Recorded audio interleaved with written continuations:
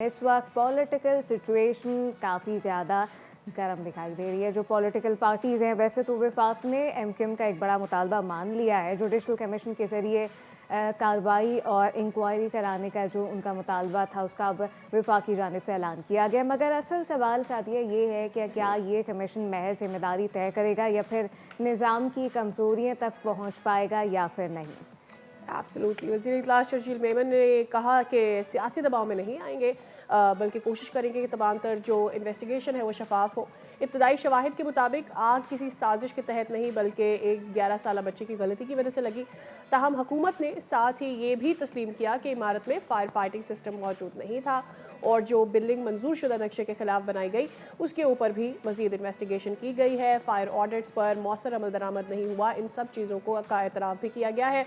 और कमिश्नर कराची ने 21 सफ़ात पर मुश्तमिल एक रिपोर्ट भी जारी की है जिसमें इंतज़ामी सवालात खड़े हुए हैं कि मुतासरा जो ख़ानदान है उनको इंसाफ देना होगा, और वो भी इसलिए क्योंकि हमें वो गफलत बारहा नज़र आ रही है, आप उसको इग्नोर नहीं कर सकते हैं।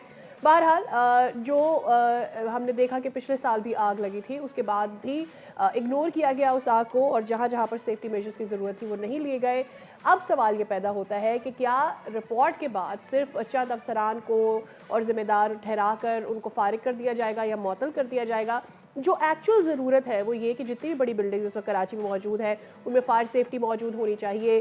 किसी भी किस्म का एमरजेंसी एग्ज़िट की सूरत हाल में उनके पास क्या इंतज़ाम होने चाहिए, इस पर काम होगा या नहीं, ये एक अहम सवाल है। बिल्कुल। और अब जो ये ऑल्टरनेट आपके पास ऑप्शन बचे हैं, ये लिए जाते हैं या नहीं, तमाम तो सिचुएशन पे हैदराबाद से भी सीनियर रहनुमा एमक्यूएम पाकिस्तान हमें जॉइन कर चुके।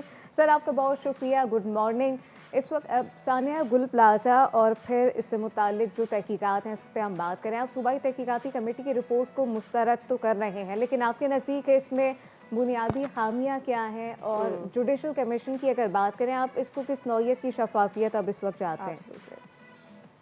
देखिए, बहुत शुक्रिया आपका, और ये बहुत अहम सवाल है जो इस हवाले से देखा जाना चाहिए।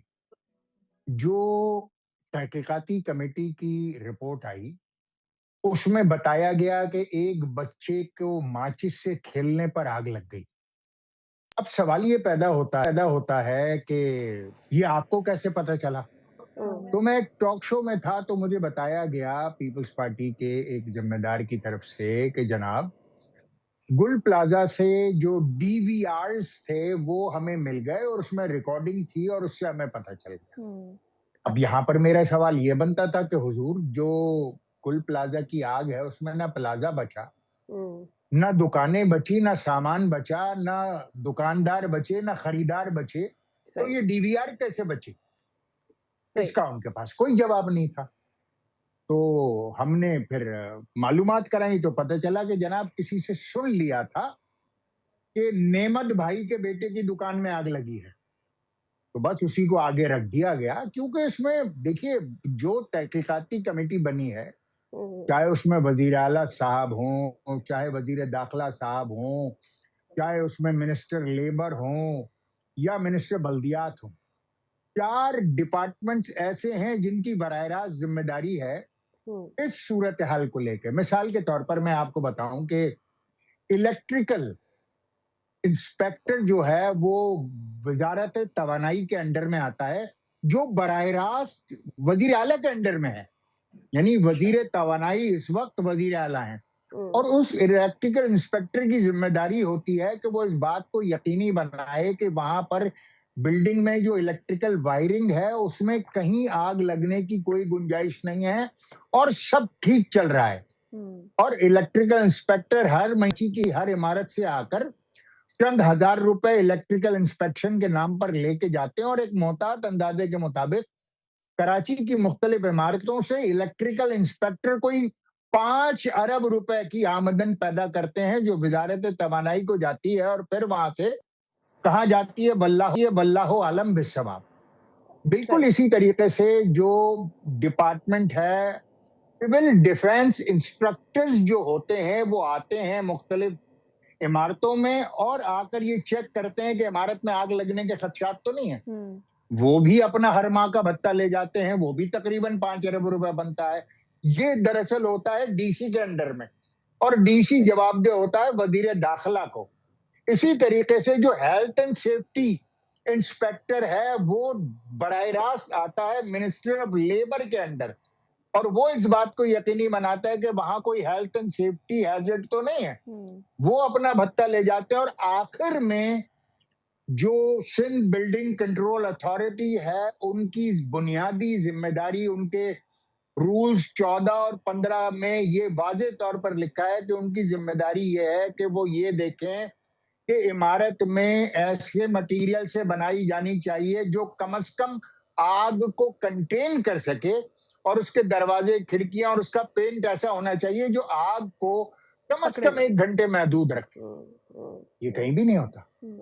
تو یہ چاروں جو ذمہ داریاں ہیں سی ایم سندھ بحیثیت وزیر توانائی، منسٹر لیبر، بلدیات اور منسٹر ہوم، یہ سارے محکمے ان کے انڈر میں ہیں، تحقیقات کر رہے ہیں۔ لیکن آپ ایک دفعہ ہم دیکھ رہے ہیں پھر سے یہ بات کی جا رہی ہے بار بار کہ جی سب اچھا ہے، پالیسی نہیں، یہ جو پالیسی ہے یہ نہیں چلے گی، لیکن اصل میں کس کو بچانے کے لیے یہ سب ہو رہا ہے؟ سوالات اٹھ رہے ہیں، آپ خود بھی یہ کہہ رہے ہیں کہ ساری منسٹریز کس کے انڈر آتی ہے، لیکن اگر ان کو بچانا بھی ہے تو ایسے میں معاملے کا حل کیسے نکلے گا پھر؟ دیکھیے آگ یہ کیسے ٹریگر ہوئی، ایک بچے پر ڈال دینا بڑا آسان حل ہے۔ اگر یہ شارٹ سرکٹ سے آگ لگی ہے تو براہ راست وزارت توانائی سندھ کا معاملہ ہے، اور کیونکہ وزارت توانائی کا پورٹ فولیو سی ایم کے پاس ہے، اس لیے براہ راست سی ایم کی ذمہ داری ہے کہ شارٹ سرکٹ پورے سندھ میں کہیں بھی نہ ہو۔ یہ سی ایم سندھ کی ذمہ داری ہے کیونکہ پورٹ فولیو ان کے پاس ہے۔ تو لہذا بڑا آسان تھا یہ کہہ دینا کہ جی آگ جو لگی ہے وہ کسی بچے سے لگ گئی، جبکہ ایسا نہیں ہے۔ اور ظاہر ہے کہ ہم بار بار جو ہم نے وزیر اعظم کو خط لکھا اور اس میں ڈیمانڈ کی کہ ایک Pakistan commission of inquiry act کے تحت وفاقی سطح پر انتہائی اعلیٰ اختیاراتی انکوائری کمیشن بنے اور وہ یہاں پر آ کر تحقیقات کرے، کیونکہ دراصل مسئلہ یہ ہے کہ یہاں پر اس پورے واقعے کی تباہی کا جو ذمہ دار پرائما فیسائی نظر آ رہا ہے، اگر وہ حکومت سندھ ہے، اگر ملزم حکومت سندھ ہے تو نہ وہ ایف آئی آر کر سکتے ہیں، نہ وہ تحقیقات کر سکتے ہیں، اور نہ ہی فیصلہ سنا سکتے ہیں۔ مگر دیکھنے کو یہ ملا کہ وہ حکومت سندھ جو مورد الزام ہے وہی مدعی ہے، وہی تحقیقات کر رہے ہیں اور وہی فیصلہ سنا رہے ہیں ان تحقیقات کے بدلے۔ تو یہاں شفافیت نام کو بھی نہیں ہے۔ اس لیے ہمارا مطالبہ ہے کہ وفاقی طور پر اس کو پاکستان کمیشن آف انکوائری کے سب کلوز 3 کے تحت اس کی تحقیقات وفاق سے آنے والی اعلیٰ اختیاراتی ٹیم کو کرنی چاہیے۔ اچھا حیدرآباد صاحب، کچھ اعتراضات بھی تو ہے نا، خیر اسمبلی نہ چلنے دینے کے اعلان سے قانون سازی اور اگر دیگر عوامی معاملات متاثر ہوں گے اوبیسلی، لیکن ناقدین اس پہ کہتے ہیں دباؤ کی سیاست ہے۔ آپ اس اعتراض کا کیا جواب دیں گے؟ دیکھیے اگر دباؤ ہے تو دباؤ کی ضرورت کیوں پیش آ رہی ہے؟ ضرورت اس لیے پیش آ رہی ہے کہ اگر وزیر اعظم پاکستان کہہ دے سندھ حکومت وزیر اعظم پاکستان کو کہ ایم کیو ایم کا جو مطالبہ ہے Pakistan commission of inquiry act rule 3 کے تحت ایک انکوائری اناؤنس کر دیں، سارا دباؤ ختم ہو جائے گا۔ یہ کیوں بھاگ رہے ہیں؟ سوال یہ ہے، اگر ان کے ہاتھ صاف ہیں اور یہ سمجھتے ہیں کہ ان کو عوام کی عدالت میں جانا چاہیے تو پھر کسی انکوائری سے کیوں بھاگ رہے ہیں؟ ہم تو صرف ہمارا مطالبہ یہ ہے گل پلازا کے واقعے پر کہ Pakistan commission of inquiry act کے تحت جہاں پاکستان میں 50 پہلے انکوائریز ہو چکی ہیں، یہ 51ویں ہو جائے، کیا پرابلم ہے؟ آل رائٹ، تو یہ بتائیے گا حیدر صاحب کہ ایم کیو ایم کیا اس معاملے پر دیگر اپوزیشن جماعتوں کو ساتھ ملانے کے لیے باضابطہ رابطے کر رہی ہے؟ اینڈ ان کیس ایسا ہے تو حکومت جوڈیشل کمیشن پر اگر آمادہ نہیں ہوئی تو پھر کیا اگلا لاہم ہوگا آپ کا؟ دیکھیے ہم تو وزیر اعظم سے بات کر رہے ہیں، پیپلز پارٹی سے سبجیکٹ پہ بات نہیں کر رہے۔ ہم تو وزیر اعظم سے بات کر رہے ہیں کہ پاکستان انکوائری ایکٹ کے تحت آپ ایک اعلیٰ اختیاراتی انکوائری کمیشن قائم کریں۔ ہماری پوری کوشش ہے کہ وہ قائم کریں، ادروائز کورٹس کے راستے کھلے ہیں بھائی۔ जो रास्ते जो खुले हैं, लेकिन हैदराबाद साहब आप समझते हैं कि सियासी तौर पे भी कोई रास्ता मौजूद है, क्योंकि सड़कों और ऐवान के अंदर दबाव डालने से नताइज निकल सकते हैं क्या, और क्या किसी सियासी मुज़ाकराती रास्ते की अब गुंजाइश मौजूद है? देखिए, हम तो वज़ीर आज़म से मुतालबा ही कर रहे हैं ना, हमने खत लिखा है। हम अभी तक सड़कों पर नहीं आए हैं। हमने तमाम आईनी, कानूनी, इखलाकी रास्ते इख्तियार किए, गो के जी। सड़क पे आना भी कोई गैर इखलाकी, गैर आईनी, गैर कानूनी नहीं है। मगर अगर जरूरत पड़ी तो हम इंशाल्लाह वो भी करेंगे, क्योंकि जिस तरीके से गुल प्लाजा 3 दिन लोगों की आंखों के सामने जलता रहा है, कि सिंध हुकूमत की नाकामी का मुंह बोलता सबूत है, और सही। जो तहकीकात की रिपोर्ट से दी है वो महज अहले पाकिस्तान की आंखों में धूल झोंकने के मुतरादिफ है। ठीक है, बहुत शुक्रिया हैदरबाज रिजवी साहब, आपने वक्त निकाला हमारे प्रोग्राम के लिए।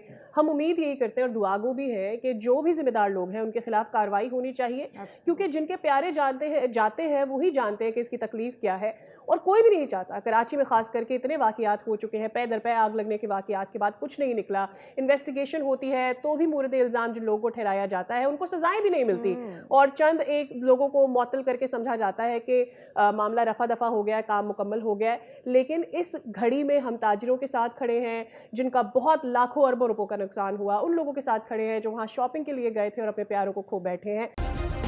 सब्सक्राइब करें और बेल दबाएं ताकि कोई खबर रह न जाए।